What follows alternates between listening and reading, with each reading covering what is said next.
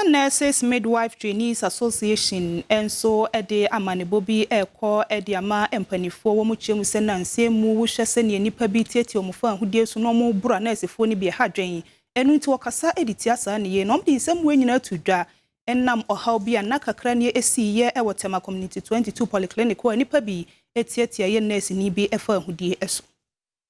Enche bia ena ebeto dwase okopie mu ewo ye Tema Community 22 Polyclinic bia ewo ho no mu. Abrantie bi ene onese ni ba akonyade se wonom ede ayemu pa na abrantie no hwetwede a na wo toto ede bo nurse ni na eyasem na enyasem ketua. Enam so ema na mpanifo se de nam so ma sa entokwa ba ye nyina yese. Abrantie no ko ho no na wo kwakosere wo bi ho nanso ebra na ye de hwe ayarefo na se mpobra potia wonom ayide se ho no mu no na sa abre no watwam. Eno nti onese ni no ekobo na niese ebre ne twamani ntinke beya obetu ne to kakra na emom ebre ne sanso a obetimi abeno ena brante wanya ne ho ntiase na wone nurse ni ene wode pupopupo mu mienu wode si ani a ene wo bro eye nurse ni ye pa enam sa ye so ama sa brade eye Ghana Nurses Midwife Trainees Association onomo ede enkrata ababonte na sabre onom ede kokobonsem ene eba wo mo ehye sesese no okomia mia hodo ye ayarsa mia hodo ne a yade se enyemahunu se ya na se ne maboni sei ena ekoso ewo honomo nampanifo se anasefo no dwumadi a wonom edi ewo honomo pa no eyese wo mo hwese omo ebeji ayarefo nkwa ekoba sabere bia no se yeto hye won so na ye bro wo musade anya de se ekoyi ekra no nti wonom ede tumpanifo animu se ne die mu adomo moden se sa ne ma ekoso ewo ayarsa bia hodo no wonom betimi etu won na yesi honomo na wonom ahwe sa ne ma se na wonom akafi se emma emmebunu ma wonom epese wode won ho hye na se adwuma no mu no emma wonom esura na se mpadi ehu bi ehye won mu ekoba sa emma wo mo adwuma na wo mo ye no enkoso na se emma mabunu ni mpo emfa wo mo ho enhye eye anesefo adwuma no emu na sa ensema hodo we nyina president edema eye Ashanti Branch Ahafu Zone ya ne din eye Abankwatachua ena wode sa ensema hodo we nyina etudwa na wode sa ensema we nyina etudwa ebra na wonom ede 33rd Annual Delegate Congress of the Association ewo Edweso Krapa eno wa Santimantamu ena wode sa ensema we nyina etudwa